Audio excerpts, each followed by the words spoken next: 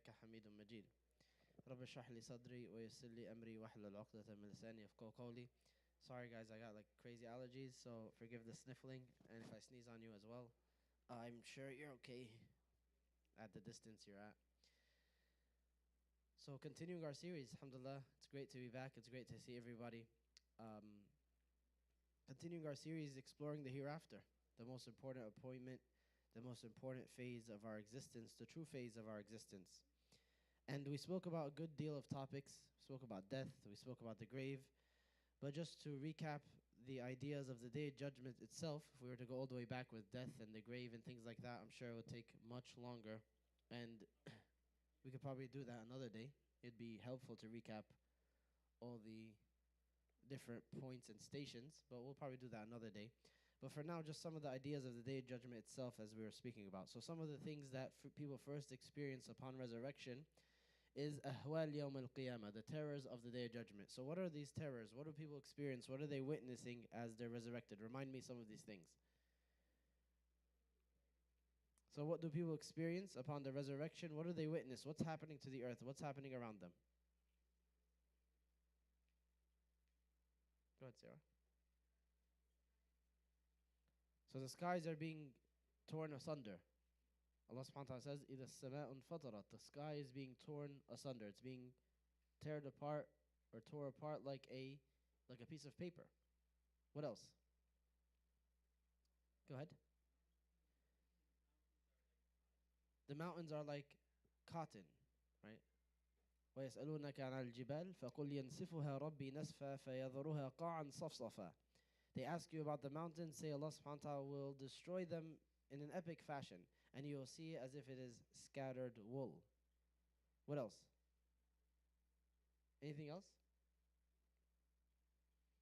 Yeah, go ahead, Adam. The sun is brought close, and they sweat in accordance to their deeds. The Prophet ﷺ says, anybody who wants to witness the Day of Judgment in front of their eyes as if it's happening, let them read Surah At-Takwir. Surah called Surah At-Takwir. It goes through a lot of these things one by one, not all of them. And also Surah Al-Infitar. And in general, Juz Amma and Juz Tabarak, the last 40 pages of the Quran, those surahs, they explore these topics in depth and in a lot of imagery. Yeah, brother? Say more? Say it again. What turns into moths? It says the people are like scattered moths, right? They are like locusts in another verse, where they're in huge numbers and they're all being gathered. So we also went over some states of specific people, how they're resurrected. Not everyone is resurrected the same. Here in this world and how we exist, everybody's a person. Everyone has, this general makeup of how they look and how they function. On the Day of Judgment, it's completely different. So we have the oppressors who are brought in, resurrected, tiny, like ants. And they are, the Prophet ﷺ says, يَغْشَاهُمُ الظُّلْمُ مِنْ كُلِّ مَكَانٍ. They're being besieged by humiliation from every direction, right? Imagine they're small and they're avoiding being crushed, right? Because this is how they made people feel in this world. We mentioned the sweat of the people where he said, sallallahu alaihi wasallam, that they sweat in accordance to their deeds. Some of them it gets to their ankles, some of them to their knees, some of them to their midriff, some of them to their chins, and some of them مَلْيَلْجِمْهُ الْعَرَقُ الْجَامَةِ. They are completely submerged in this sweat because of the evil deeds that they did. He mentioned to us, sallallahu alaihi wasallam, people who are shaded, right? People who get supernatural shade in the midst of this situation where there is no natural shade. There are no trees, there are no mountains, there are no valleys, and the sun is brought close above everyone's head. So who gets shade? Where is shade found in such a situation? What provides shade in this context? How do people get shade? So there's 7 categories of people. Who are they? A just ruler. 6 more. So 2 people who love one another for the sake of Allah, they meet based on that and they depart based on that. It's the basis of their relationship. It's not money, it's not ethnicity. They literally connect with one another over this deen, and that's their lasting bond. 2, 4, 5 more to go. The one whose heart is attached to the masjid. The one who remembers Allah in private and his eyes are, all this applies to him or her, and their eyes overflow with tears when they remember Allah in private. 3 more. Someone who is invited by the opposite gender, someone that is beautiful and has power. So there's a lot to gain by conceding to this offer, and they refuse by saying, I fear Allah. So they're invited by the opposite gender to commit haram, and despite that person's beauty and that person's power, they refuse saying, I fear Allah. So what are we at? 5, 2 more? Someone who gives charity so intently or so secretly that their right does not know what their left has given. And we went over all these, right? These are metaphors, or we explained each category in depth. The last one, a youth who grows up in the worship of Allah. Someone who's young and chooses to give their life to Allah subhanahu wa ta'ala, meaning commit their life to this deen from the very beginning. They don't wait till later. He also mentioned how certain people will be on pulpits of light. Those who loved one another for the sake of Allah subhanahu wa ta'ala, it's an added level to that shade. Those who memorize Surah Al-Baqarah and Surah Ali Imran, that they come in the form of clouds and they shade this person. He said, sallallahu alayhi wa sallam, al-mar'u fi dhilli sadaqatihi yawm al-qiyamah, that the person is in the shade of their charity on the Day of Judgment. So in the midst of all these horrific scenes and people being disfigured or being resurrected on their faces or being resurrected in humiliating positions, there's also people who are honored, people who are protected. And this is where all the metaphors of the good that you do here now takes on a physical manifestation. We always say over here, good deeds will protect you, good deeds will make you stronger, good deeds will make... Now it's actually physically happening. Here it's metaphorical for the most part. You have to believe in it, you have to strive towards it, you have to look for it. But over there in the hereafter, it now has physical manifestations where all the good that you did is now physically by your side, physically protecting you, physically giving you a special designation amongst all the creation that are suffering the general terrors that occur for thousands of years, perhaps tens of thousands of years. As the Quran tells us, different lengths of this day, 50,000 years or 5,000 years or 1,000 years, and the difference, the discrepancy in time is due to what? What's up with the time dilation on the Day of Judgment? Why are there different numbers mentioned for the length of the Day of Judgment? It's because it's subjective. It's subjective to your experience. For some people, it will feel the length of 50,000 years. Can you imagine such a number? If you live for 100 years, that's 500 times the length of your life. So 500 lifetimes, not doing anything but experiencing everything that we just said and more, waiting for the Day of Judgment to begin. And that will stretch for thousands of years for some people until the Prophet ﷺ, as we came to his intercession, that they come to prophet by prophet, recognizing now who are the true leaders of humanity, recognizing who should be followed, whose favor should be sought. It's not any celebrity, it's not any rich person, it's not any tribal leader, it's not any family member, it's the prophets. The people who lived this kind of lifestyle and relayed this type of information and emphasized these points. Almost none of them were rich or powerful or had significant hold in this world, in the sense of this world.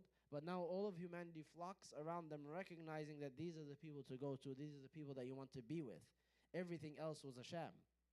Everything else, the wool was pulled over our eyes, where we were told these people are leaders, or these people are important, or these people are role models, or these people should be loved or followed. Everybody recognizes on that day that none of this was true. And they go to the prophets one by one, seeking reprieve from their experience, that the experiences that they have of these terrors and these horrors that they're forced to go through one by one. And each of these prophets denies them, because the number one sentence that is said on that day is nafsi, nafsi, myself, myself. I don't care for anybody else. Even the prophets themselves are saying, I'm worried about me. This is where it all comes down to, where I have to make sure that I come out okay. The last thing that I have time for or energy for is any other individual, any other human being. And the only one who responds positively is our own Prophet Muhammad sallallahu alaihi wasallam, for this is the role for which he was created, which is to intercede on behalf of all humanity, not just his nation, and to plead with Allah subhanahu wa ta'ala to begin the Day of Judgment. And his plea in the beginning is not, oh Allah, begin the Day of Judgment. His first plea, his first sentence, in the midst of all of this that's going on, when every other human being is saying myself, myself, his plea is, oh Allah, my ummah. I want these people to be okay. I want to make sure that their salvation is achieved. And Allah subhanahu wa ta'ala will answer his dua, and he will allow him to intercede on behalf of his ummah. And that the major intercession is that it begins the process of judgment in the first place, when they've been waiting for these thousands of years in this hard condition, such to the point that they say, oh Allah, begin the Day of Judgment, even if it means we'll go to the hellfire, because they think this is as bad as it can get. right? They're deluded into thinking this is as bad as it can get because of their experience. So his primary intercession or his preliminary intercession will be to begin the judgment process itself, to free them, free all of humanity from this terror and this bottleneck situation that they come to. And then his second intercession, his follow-up intercession will now be for every single individual to plea on behalf of their forgiveness from this ummah, which we'll get to eventually. But then we said this is the plea that begins the Day of Judgment, which is why the poet, he said, Al-Busiri, he said, وَهُوَ الْحَبِيبُ الَّذِي تُرْجَى شَفَاعَتُهُ لِكُلِّ هَوْلٍ مِّنَ الْأَهْوَالِ مُقْتَحِمِ مولاي صل وسلم دائما أبدا على حبيبك خير الخلق كلهم. And he is the beloved one in whose intercession we all hope for when we are assaulted by one horror after the other on the Day of Judgment. So, O my Master, send your peace and blessings upon forever and continuously upon your beloved, the best of all creation, sallallahu alayhi wa sallam. We spoke about the disputes of the Day of Judgment. Who disputes with who? It's the day of disputes. Who's disputing with who? Yeah, Adam? So the rulers with their followers. We didn't force you to do anything. And they'll say, no, you did. We only ever fought. We gave you allegiance. Why did you lead us here? And they'll say, we simply made a decision you followed. You could have always said no. They're going to have this conversation with each other. Every leader in whatever form or fashion doesn't necessarily have to be on a national level. Everybody who was followed somewhere will say, I didn't force you to do this. And then the followers will say, the followers will plea, you led us here. Is there a way that you could take a share of the punishment that we are now deserving of? Because you led us here. And they will respond, we simply made a decision and you agreed. You're the criminal. You could have stood up and said no at any time. Who else is disputing? Say it again. So the objects of worship were those that they worship them, that worship them. They'll say, we never told you to do this. You chose to take us as objects of worship, especially ones like Isa alayhi salam, Jesus, peace be upon him, will say, I never commanded this. And Allah subhanahu wa ta'ala mentions that conversation before it happens in the Quran. That he told Isa alayhi salam, did you tell them to take you and your mother as objects of worship? He said, we never commanded them with this. And they will be absolved of the worship of their followers. And anything that did command it will now be forced to take that burden on. So they will completely reject their objects of worship, while the objects of worship reject the followers. And the Prophet ﷺ told us that the sun and the moon will be taken in this process, and they'll be thrown into the hellfire. They're destroyed. So that all those that used to worship them, see, this is the object of worship where it went. This is what you devoted your entire life to in falsehood. Also, the dispute of the person with their own body parts, right, which we'll mention more than once because it's mentioned in different stages of the account. So the person now pleading with their body, don't bear witness against me. Don't testify that we went there, did this. Well, how can you do this? We're in this together. وَقَالُوا لِجُلُودِهِمْ لِمَ شَهِدْتُمْ عَلَيْنَا. They will say to their skins, why did you testify against us? We're supposed to be one piece. We're supposed to be one entity. قَالُوا أَنْتَقَنَا اللَّهُ الَّذِي أَنْتَقَ كُلَّ شَيْءٍ. It's Allah who inspired us to speak, the one who inspired all things to speak. We don't belong to you. We're not your property. We were a temporary trust and a temporary loan that Allah gave you and allowed you to use freely. And then now we're being called back to our true owner and we answer to him, not to you. Your eyesight, your hands, your feet, everything that you owned of these physical faculties, it is Allah subhanahu wa ta'ala's mercy that he gives you free reign to use them here, but they don't belong to you. They're his property. And on the Day of Judgment, when he tells them, bear witness to what you did, they will, even if they themselves will be objects of punishment. They'll be subject to punishment. They're going to receive the punishment. It doesn't matter. They respond to their Creator. We spoke also about the nullification of deeds. I think that was the last thing we spoke about. What causes people's deeds before their account, they may see a record empty. Or after they read the record, as we'll see, different hadith tell us that all these good deeds that they hope in or start to count for themselves are turned into scattered dust in front of them. What causes that to happen? Yes, Adam. So the first thing is kufr and shirk, believing in other than Allah subhanahu wa ta'ala. Not even abiding by the original system, the original clause, the original contract that we have with our Creator. That's the contract that makes one eligible for reward. makes one eligible for forgiveness. He said so. And it's a very basic one. It doesn't require much at all. The extent of reward and punishment is determined thereafter, but just the eligibility for reward, for acceptance, he makes it very basic, that you believe in him alone and no other way of life. What else? Yes. So, insincerity, doing actions for any other reason, whether it's worldly gain or the praise of others. So if somebody does these actions, Allah subhanahu wa ta'ala will tell them on Day of Judgment, you sought something out through these actions. You sought attention, or you sought praise, or you sought money, and you got that. So what do you want from me here? Why are you demanding reward here when you did it so it could be said so-and-so praised? There's a hadith where the man is brought in front of Allah subhanahu wa ta'ala, and the angels say in his record there is prayer, and Allah subhanahu wa ta'ala say, not today. Today there's no prayer in his record because it is in the record of this worldly life, and he prayed so it could be said that so-and-so praised. He's trustworthy, he's a good person, and he got that. So today there is no reward for that. And they go through the actions one by one, the fasting and the charity, and Allah subhanahu wa ta'ala denounces each one. He says, not today. Today none of these actions truly exist because they are done for a different reason, and there's no eligibility for reward for it here. What else? What else causes people's deeds to be nullified, to be cancelled out, and not receive any reward? Adam? So this doesn't make it nullified. The deeds are still there, but because of the harm that was done to others, it must be paid off. And in that day, there is no dollars, there's no gold or silver, there's no apologies.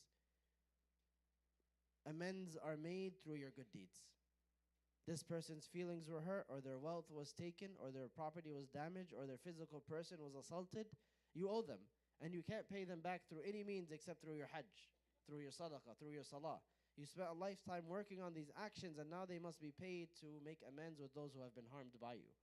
So that's not nullification of deeds, but that is them not earning any reward because they had to be paid for something else. So they were eligible for reward. They were done correctly, but now they're being paid to others that were harmed. What causes nullification of deeds is a double life. Someone who purposefully has one life that they portray in front of others, and then a secret life behind closed doors.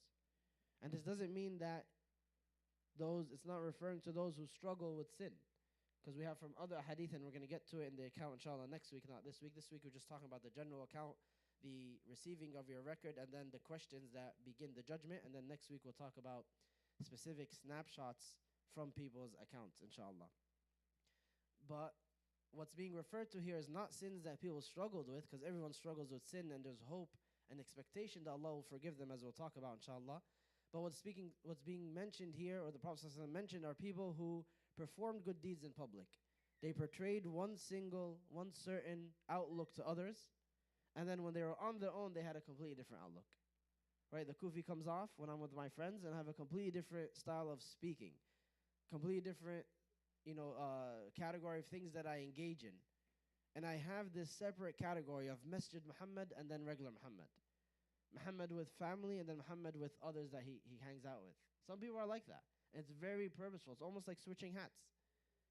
And when people do that, the Prophet ﷺ said they will come on the Day of Judgment, and the good that they've done, Allah will do away with it. This wasn't the real you. This was just a hat that you put on when you were in the masjid, when it was Ramadan. It wasn't a natural struggle. We're not talking about that struggle. Everyone's better in Ramadan. So that struggle is normal, to go back and forth, to ebb and flow between righteousness and struggles. But this is an intentful, purposeful switching of masks. Allah subhanahu wa ta'ala doesn't appreciate that. And their deeds, their good deeds, will be nullified, will not be accepted in any shape or form. So that brings us to the account itself. So all this was a review of what we spoke about in general about the Day of Judgment. Now the account itself is the entire point. All of this is leading to your account. And the reason why we're going over these images, and it's described so vividly in our tradition, because this is what it all comes down to. This is what existence all boils down to. Everything that we do in life of worship or everyday things comes down to, how will I answer Allah subhanahu wa ta'ala on the Day of Judgment for it? How will I make sure that it's in the clear by Him? So that way I succeed in the purpose of my existence. That's why we're here. Everything else is either a means of achieving that, a distraction from it, or a side quest. Could do it, but it's a side quest. It's not important. It's not why we exist. or it's a means of distraction from it. And things can very often switch between these categories depending on how we approach them. And this is why Umar ibn Khattab, he said the quote that we always mention, حَاسِبُوا أَنفُسَكُمْ قَبْلَ أَن تُحَاسَبُوا. Take yourselves into account now and here. Do this all the time before you're going to be taken into account on the Day of Judgment by Allah subhanahu wa ta'ala.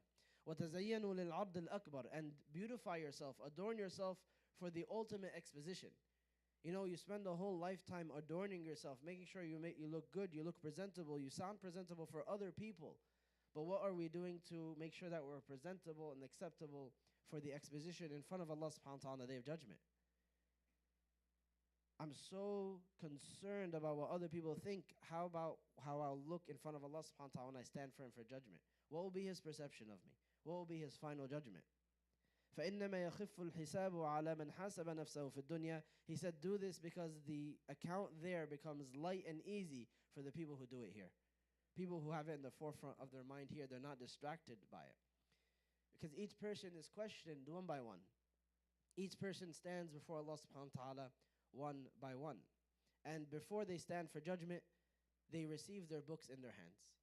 So like I told you before, the timeline is not drawn specifically by the Prophet ﷺ or in the Quran.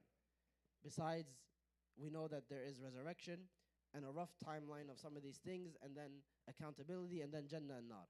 But what happens first, what happens next in terms of receiving the books, in terms of the mizan that will get to the balance that weighs the deeds, these things the scholars have differed for it. So I'm going to follow Qurtubi, Imam al-Qurtubi's chronological order of how he describes these things. But it's not important. Allah subhanahu wa ta'ala doesn't mention to us first, second, third, fifth, this happens and this scene happens and that one, because it's not important. It's more important to know that these things will happen. We will witness them. And we want to make sure that we fare correctly through every single scenario. So the receiving of the books, whether that happens before the account or after, is not the most important, but we'll mention it first. Allah subhanahu wa ta'ala says, وَأَشْرَقَتِ الْأَرْضُ بِنُورِ رَبِّهَا وَوُضِعَ الْكِتَابُ وَجِيءَ بِالنَّبِيِّينَ وَالشُّهَدَاءِ وَقُضِيَ بَيْنَهُمْ بِالْحَقِّ وَهُمْ لَا يُظْلَمُونَ. And the earth will shine with the light of its Lord, because the sun is gone now. This is what illuminates everything, the light from Allah subhanahu wa ta'ala. And the book will be placed, the book of deeds. And the prophets and the witnesses will be brought forward. We'll talk about that next week, inshallah. And it will be judged between all of them in truth, and none of them will be wronged in the least. This is the book that me and you are the authors of, that we've spent our entire life writing, and today we read it. There's nothing in there that me and you are not the author of, that me and you didn't do or didn't say. وَوُضِعَ الْكِتَابُ فَتَرَى الْمُجْرِمِينَ مُشْفِقِينَ مِمَّا فِيهِ وَيَقُولُونَ يَا وَيْلَتَنَا مَا لِهَذَا الْكِتَابُ لَا يُغَادِرُ صَغِيرَةً وَلَا كَبِيرَةً إِلَّا أَحْصَاهَا وَوَجَدُوا مَا عَمِلُوا حَاضِرًا وَلَا يَظْلِمُ رَبُّكَ أَحَدًا. And the book will be placed open in front of them for them to read. And you'll see the criminals fearful of what's recorded in it. They know there's nothing in here except what I've done and what I've said. So they're fearful to read it, knowing the type of life that they've led. And they'll say, woe to us, what sort of book is it that it leaves neither a small nor big thing, but has it recorded completely with numbers? It's numbered today, February 25th, 2025. It was a Friday. This is what you looked at. This is what you said. This is where you went. They'll say this book leaves nothing out. It's everything. No small deed, no major deed, except it's here and listed, time-stamped with Allah subhanahu wa ta'ala. Now you have to read it. And they will find all that they did placed before them, and your Lord does not treat anyone with injustice. He will say to some of them, أَظَلْمُكَ الْكَاتِبِينَ. Have you been oppressed by the record keepers? Have the angels recorded anything in here that you didn't do? Do you have anything to say for a sentence in here, a timestamp that doesn't belong to you? And each servant will say, no. I can't make up. I can't lie. I can't deny. This is my story. This is the book that I wrote my entire life. Aisha radiallahu anha, she says, ذكرت النار فبكيت فقال رسول الله صلى الله عليه وسلم ما يبكيك. She says, I remembered the hellfire. I was thinking about these descriptions and the hereafter, and I began to weep. So the Prophet ﷺ asked me, why are you weeping? What makes you weep? She says, ذكرت النار فبكيت فهل تذكرون أهليكم يوم القيامة. I remembered the hellfire, and that made me weep. And now she asks him, ﷺ, do we remember our families on the Day of Judgment? Do we care for them? And he responded, he's told me, ﷺ, أما في ثلاثة مواطن فلا يذكر أحدا أحدا. 3 situations where not a single person thinks about another person. Couldn't care less. عند الميزان حتى يعلم أيخف ميزانه أم يثقل. When the deeds are weighed and they want to see if the good deeds are heavy or the evil. And then he said وعند تطاير الصحف حتى يعلم أين يقع كتابه في يمينه أو في شماله أو وراء ظهره. And then when the books, these records now are distributed, no one cares about anybody until they see, am I going to receive my record in my right hand or in my left or behind my back, as Allah subhanahu wa ta'ala describes. وعند الصراط إذا وضع بين ظهري جهنم حتى يجوز. And upon the bridge, when it is placed over the crevice of the hellfire until the person knows if they will cross or not. No one thinks about anybody. No one has any concerns except their ultimate salvation. It consumes them in these situations. Allah subhanahu wa ta'ala will have this situation occur in front of all creation. In this world, some things people see, some things they know, some things they don't. You have the ability to hide, to switch things up, to lie, to turn things and to spin them in a certain light, right? To paint them in a certain picture, to make yourself look like the victim or make yourself look like you tried your best. You're able to play around with all these things and it's accepted for the most part. You get away with it. But on that day, it's completely different. يَوْمَئِذٍ تُعْرَضُونَ لَا تَخْفَى مِنْكُمْ خَافِيَةٌ. Allah subhanahu wa ta'ala says, on that day you are exposed. It's an exposition in front of all creation. That's the default judgment. In front of all creation to witness one by one. Not a single secret remains hidden. يَوْمَ تُبْلَى السَّرَائِرُ. On that day the secrets are blown up. They're brought to light in front of everybody. And the default is in front of all creation that this process is done. That they witness the books exit and fly about in front of all creation, and each person receives it in either their right or their left hand. وَكُلَّ إِنسَانٍ أَلْزَمْنَاهُ طَائِرَهُ فِي عُنُقِهِ وَنُخْرِجُ لَهُ يَوْمَ الْقِيَامَةِ كِتَابًا يَلْقَاهُ مَنْشُورًا. And on that, and we have bound every single human being. Their destiny is bound to their neck. This book is attached. It's fettered to your own neck. It's like a leash that determines your destiny. This book. And on the day of resurrection, we will bring out a record for each of them that they will find wide open for them to read. اقرأ كتابك كفى بنفسك اليوم عليك حسيبا. Read your record, because today you yourself are enough of a reckoner. You're enough of a witness against you. There's nothing that is necessary. There will be witnesses. There will be a plaintiff. There will be people brought to the stand. We'll talk about that next week, inshallah. But here Allah subhanahu wa ta'ala is saying, take this book and read it. You yourself, this is all that's necessary to see what happened here and what you said. Al-Hasan al-Basri rahimahullah, he would say, يا ابن آدم بسطت لك صحيفتك ووكل بك ملكان كريمان أحدهما عن يمينك والآخر عن يسارك. Your book has been placed before you in this life. You have your book. You're authoring it right now. It's been presented to you and it's been given to you and it's open for you to do as you please, to fill it with whatever you want to fill it with. And 2 noble angels. They're noble meaning they're not going to cheat you. They're not going to write something that you didn't do. They're not going to fudge the details because they don't like you. They simply record. One has been tasked on your right side recording your good deeds, and the other one has been tasked on your left side writing your evil deeds. فَعْمَلْ مَا شِئْتَ. Do as you wish. Do whatever you want. This is the reality. Do whatever you want. أَقْلِلْ أَوْ أَكْثِرْ. Do a lot, do a little bit. Increase in this, decrease in that. It's completely up to you. Because when you die, this scroll, this book that's been presented before you and you've been given free reign over for now, it will be rolled up like a scroll and then fettered to your neck.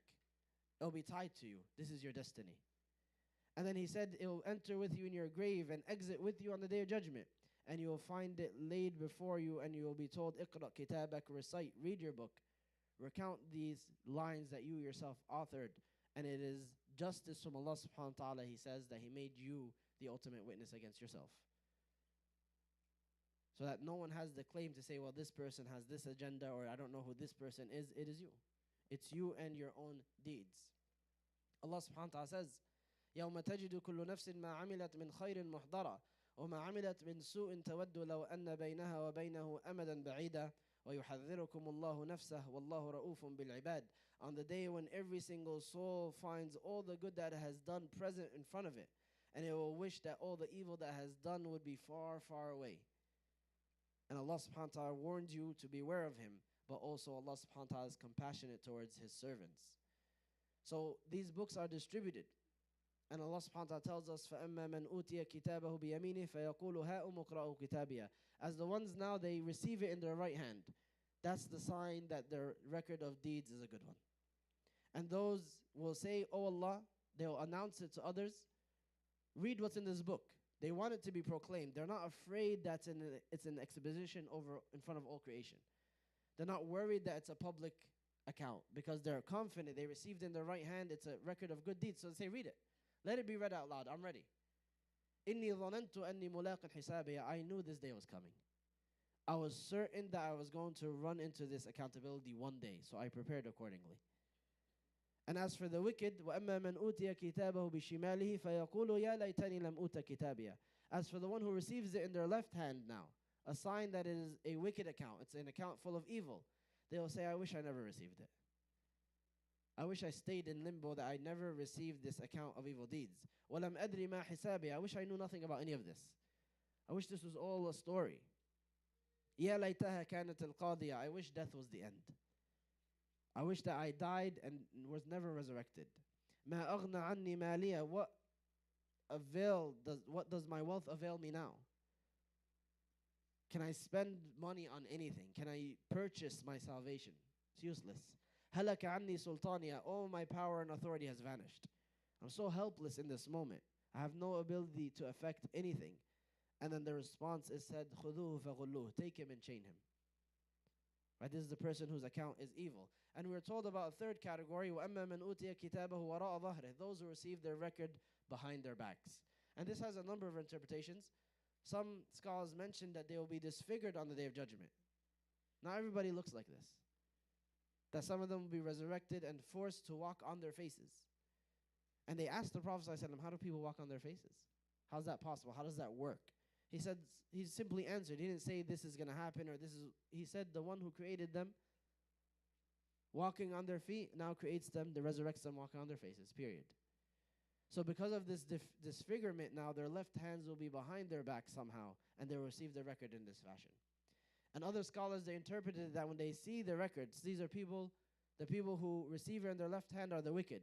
Those who receive it behind their back are the hypocrites. Those who knew better but didn't do better. Because they know better, they know that you're supposed to receive your record where? In your right hand. So they stick that out, like, "I got this. It's going to come here." And they try to make this not an option. But this isn't the worldly life. Your ability to determine things is over. You're simply on a predetermined track that you set here. So whether you try to argue, you try to move your hand in a different position, none of that affects your true fate. That was affected by what you did here. So the books come to their left hands, even if they're behind their backs. فَسَوْفَ يَدْعُ ثُبُورًا. When that happens, they'll cry out, "Oh, my destruction, it's over." So they will try to cheat the system, but it doesn't work here. Just like when they try to argue with Allah subhanahu wa ta'ala, or try to say, "We will not accept any of these witnesses, none of these prophets, none of these angels. We never believed in them, or we never met them." So Allah subhanahu wa ta'ala will say, "Fine, deal." And their mouths will be sealed and their limbs will testify against them. You can't cheat the system here. There's no playing, there's no loopholes. It is the fate that was predetermined by your actions. When after the receiving of the books is now the accountability. Each individual, one by one, they take this record and they come in front of Allah subhanahu wa ta'ala and they answer for their deeds one by one. He said, sallallahu alayhi wa sallam, نَحْنُ آخِرُ الْأُمَمِ وَأَوَّلُ مَنْ يُحَاسَبْ. We are the last of nations to exist on earth before the Day of Judgment, but the first to be brought into account. يُقَالُ أَيْنَ الْأُمَّةَ الْأُمِّيَّ وَنَبِيُّهَا. Where they will be said, where is the illiterate nation and their prophet? Right, this is a title that they were given from the first people who accepted Islam, who were largely illiterate. And there's other reasons, but the point is, they're being summoned, them and their prophet. فَنَحْنُ الْآخِرُونَ الْأَوَّلُونَ. So we are the last and the first. It's a preference from Allah subhanahu wa ta'ala that we're the first to be judged while all the other nations have to watch, and we're the largest in number, so they have to wait for the longest. And in one hadith is mentioned that as this nation now gathers together under Muhammad sallallahu alaihi wasallam and heads forward for their judgment, that all the other nations look on in jealousy and say, "Why them? What's so special about them?" And that their faces will radiate from this ummah because of their prayer and their wudu. And they will say, "This is a nation that must be their entirety is prophets. It's a nation that is made up entirety of prophets. While that's not the case, but this is the honor that Allah subhanahu wa ta'ala gave us following our Prophet sallallahu alaihi wasallam. What does that accountability look like? He told us sallallahu alaihi wasallam, none of it is a surprise, none of it is going to be unknown. We know more about it, like we've said before, than our current lives here and what's going to happen. So we should prepare accordingly. And very simply, he told us the top 4 questions. لا تزول قدم عبد يوم القيامة حتى يسأل عن أربعة. That the feet of the servant don't move on the day of judgment until they are asked about 4 things. يسأل عن عمره فيما أفناه. He's asked about his life. What did he spend it in? What was the purpose of your life? What did you live for in its entirety? Besides the individual actions, why did you exist? Because some people, they simply exist for a paycheck. Some people, they simply exist to eat, drink, sleep, and procreate, and that's it. No different than any other creature. What is the purpose of your existence in its entirety? وَعَنْ عِلْمِهِ فِيمَا فَعَلَ. And about the knowledge that they gained, what did you do with it? Everything that you knew, what did you do with it? Urwa ibn Zubayr, he went to his aunt Aisha radiallahu anha, and he was learning from her regularly. And one day he entered upon her and she told him, what did you do with the information yesterday? The hadith that I shared with you yesterday from our Prophet ﷺ, did you implement it yet? He said, I'm working on it. So she told him, why are you gathering the evidences against yourself one by one? Why are you preparing a file that will be read against you on the day of judgment of things that you knew but didn't do? So some people will say, okay, the solution is I don't learn then. Let me save myself. That's not how it works either. Because that person will be told, you had the opportunity to learn. Why did you forsake that? Because not everyone has the opportunity to learn. The accountability covers everything. On that day, nothing is left unaddressed. وَعَنْ مَالِهِ مِنْ أَيْنَ اكْتَسَبَهُ فِيمَا أَنْفَقَهُ. And about his wealth, where did you earn it and where did you spend it? Was it's the way that it was earned and the way that it was spent in a manner that was pleasing to Allah subhanahu wa ta'ala according to his rules and regulations? This idea that it's my wealth, it's my property, my body, my choice, all these things that our society preaches, it all fizzles away on the day of judgment. And we realize we own nothing. There's one master, one creator in charge. And he is the one that all creation answers to on that day. All of these concepts fizzle away.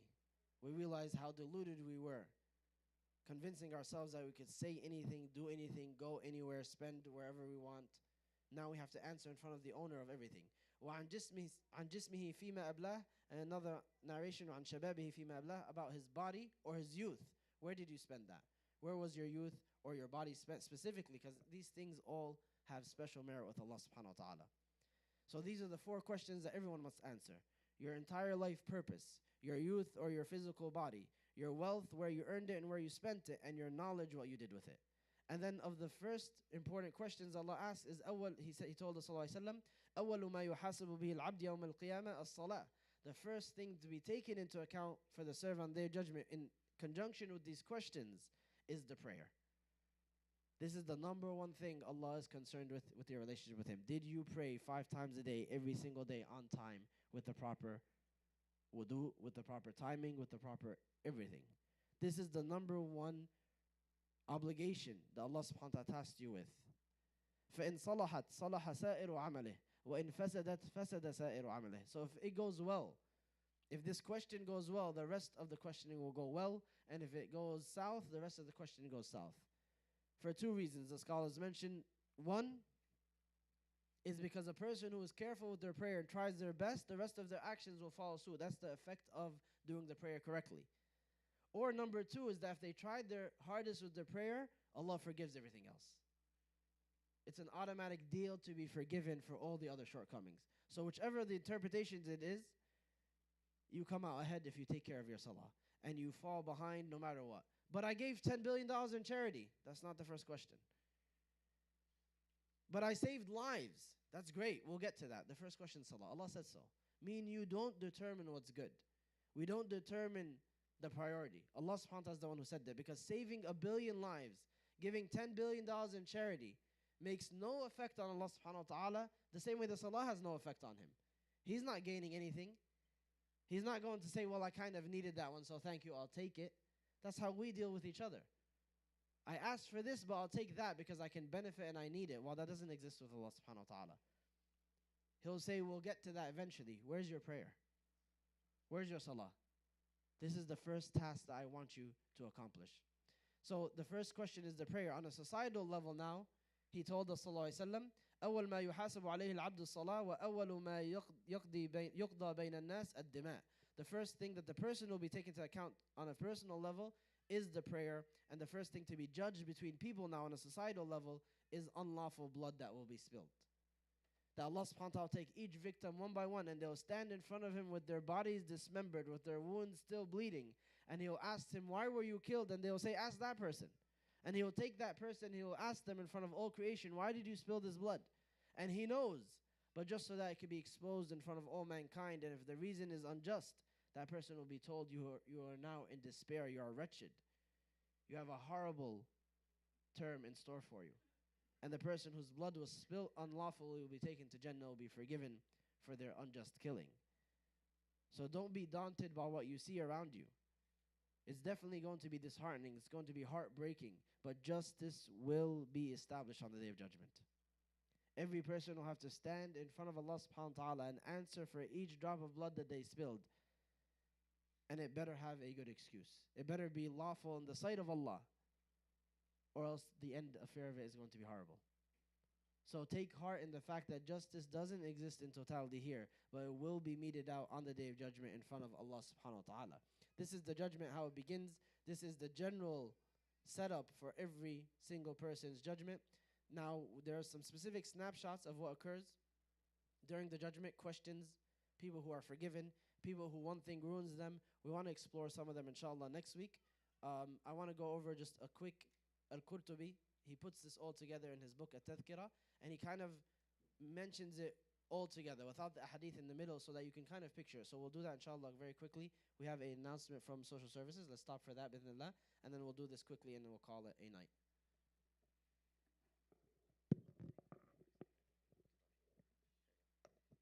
Assalamu alaikum, everybody. My name is Ru'a. For those who don't know, I'm the co-director of the Social Services Department. If you probably clocked it outside, but there's a pop-up, which we have the last Friday of every month. So after halaqah, please stop by.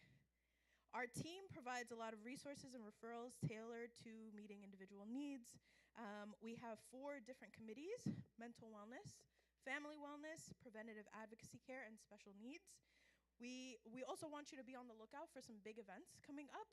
Our self-care night for sisters, our Boys Will Be Men, which is a popular one every year, and our well-known mental health fair, which we have annually, inshallah. So please stop by the pop-up. As a second announcement, I just want to give a reminder to keep Sudan in your du'as this month and going forward. Earlier this month, my maternal grandmother, Allah yarhamha, passed away in Sudan. So this is a request that's really coming from a very personal place. This month marks the 2-year anniversary of the start of the proxy war in Sudan, where over 150,000 people have been killed, died due to no medical care, too far from any working facilities, that haven't been robbed to their bare bones. So I ask that you keep my grandmother in your du'as, Allah yarhamha, my family in your du'as, and Sudan in your du'as. May Allah grant the families in Sudan protection, strength through these times. May He grant safe passage and health for the 15 million people displaced internally and externally in Sudan, and allow them to find safe people along their arduous journeys and stays.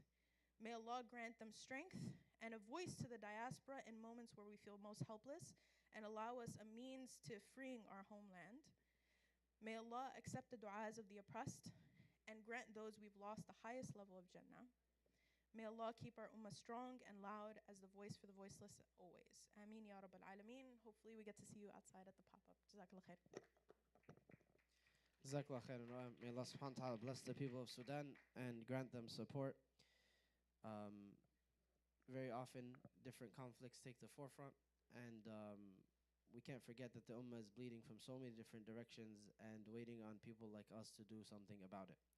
So may Allah subhanahu wa ta'ala uplift the people of Sudan always. May Allah subhanahu wa ta'ala paralyze the hands that are manipulating their country, manipulating their situation, completely manufacturing it, something that is not natural. It's not something that happened out of some kind of naturally occurring conflict. It's completely manufactured by outside forces. So this is exactly what we were just talking about. Millions of people whose lives were lost, millions of people whose situation continues to deteriorate because of others who stand to benefit something. So they will stand on the day of judgment. And Allah subhanahu wa ta'ala mentions the oppressors. We mentioned some of the scenes that Allah subhanahu wa ta'ala describes them, the sinking feelings in their heart, the horror that they will feel as they stand now in front of their victims one by one. So this is something that will occur for sure. Believe it with every fiber of your being. Expect it and ask Allah subhanahu wa ta'ala to take those who are responsible into account for all the suffering in the Muslim countries worldwide. Allahumma ameen. Very quickly here, Qurtubi, he puts it together, the the imagery that we're talking about. And he says, my dear brother, imagine yourself seeing the books fly out in every direction. You hear your name called out at the head of all creation. So and so, the son of so and so. Head towards your exposition in front of Allah. The angels tasked with bringing you, they come and bring you in front of Allah subhanahu wa ta'ala. They don't confuse your name with anyone else. They don't ask for verification. And they bring you and you pass by the creation row by row. And you see them and you know that the call was for you. And the call strikes your heart with fear. Your color changes and your limbs shake. And your heart flies as you pass by the rows of creation, all turning their gaze towards you to watch your exposition as you stand between the hands of Allah subhanahu wa ta'ala. Your terror intensifies as you head towards the divine tribunal, where you wondering where you will end up. And you are told to read. So you take your record and you look at it with a broken heart and a heavy tongue, surrounded by the ongoing scenes of terror that are the day of judgment that we described. And all of a sudden you find yourself remembering so many catastrophic decisions that you had previously forgotten. The sins that you hid now come to light. Some deeds that you considered to be in the bag and you hoped in them strongly, you find them suddenly rejected and thrown back at you, nullified and void of any merit. Oh, the regret of your heart. Oh, the sorrow of what you squandered away from the obedience of your Lord. Imagine now that you walk up and you receive a shining white book presented to you. You read it and it's a mix of good and evil. You read the evil first, and the color of your face changes sin after sin, and you wonder in fear until you get to the end of this record and find that it is concluded with everything has been forgiven. And that you reach now the record of good in the next pages, and you reach the end of it and you find that's all been accepted and multiplied beyond their worth and beyond their effort. And so a crown is placed on your head, and you are adorned with 2 garments of faith, and every joint of yours is adorned with luxuries, and your size is increased to 60 cubits, the original size of your father Adam alayhi salam. And you are told, turn and tell them of your account. So you turn to the rest of creation, and you announce to them, هَاؤُمُ اقْرَءُوا كِتَابِيَ, O creation, read my record. See what I went through. I knew that this would come to pass. I knew that I would be here. And then he says, or the opposite, that at the exposition as you wander and you get to this point, you receive a black book. And there are good deeds scattered within. And you read them first, assuming that this is what your record will be. But you find by the end of these pages that none of it is accepted. All of it is written on it, return to sender. And then you get to the evil pages and your despair and your distress increases. And you find out by the end that they have been multiplied and their punishment increased, none of which is beyond what you did. None of it are things that you did not do. And then you are clothed with pitch and tar from the fire. And you are told, turn to the rest of creation and announce to them your fate. So you say, Ya laytani lam uta kitabiya. Oh, I wish that I never received this book. The wise person lives with these scenes playing over and over in their head every single day. He said, then the angels now take either person and they stand in front of all creation and they say, Fulanun ibn Fulan qad sa'ida sa'adatan la yashqa ba'daha abada. So and so is prosperous, is going to be happy, a happiness after which there will be no wretchedness ever again. Or they take the person and they announce to all creation in front of them, قَدْ شَقِيَ فُلَانٍ, so-and-so is wretched, a misery after which there will be no happiness. He says, put yourself in these shoes, put it all together. You hear ayah by ayah, piece by piece, and sometimes you struggle to put the picture. Do it. Do it and consider yourself, sit there alone, make yourself a little bit uncomfortable and play both scenes in your head. What are the emotions that you feel? How would that affect your decisions moving forward? Will it at all? It is something that we should do regularly, because the people who make this scene at the forefront of their mind, they revisit it daily, they act differently. And sure that they might miss out on a lot of things here. They might struggle here compared to others in how they weigh their deeds, how meticulous they are about their prayer. And it seems stressful, sure, but for a very short amount of time. And all of that pales in comparison to the distress and the difficulty that people will face on that day. That they will come to Allah subhanahu wa ta'ala and say, Inna kunna qablu fi ahlina mushfiqeen. Before we were amongst our families in a state of distress, in a state of anxiety and pity. فَمَنَّ اللَّهُ عَلَيْنَا وَوَقَانَ عَذَابَ السُّمُومِ. Allah subhanahu wa ta'ala has bestowed favor upon us. So they will recognize that we did live a life of anxiety, a life of trepidation, a life of constantly wondering. And it seemed like it was horrible at that time. It seemed like it was distressing at that time, but what a short time that was. What are some specific scenarios that people run into, specific conversations that they have with Allah subhanahu wa ta'ala during this accountability? That's something, inshallah, that we'll explore next week, as well as the advance of the witnesses and their testimonies, beginning with the main witnesses, which are the prophets. Allah will bring them before all creation and ask them first, before asking any of us, did you do your job? Did these people receive this information? Did they have to figure it out on your own, or you left behind a traceable legacy for them to access? And what will the prophets say? Did any prophet fail? They will say, oh Allah, we did our job. Right? We left everything behind that they needed to see. And we struggled, and we strove, and we sacrificed, and we lost.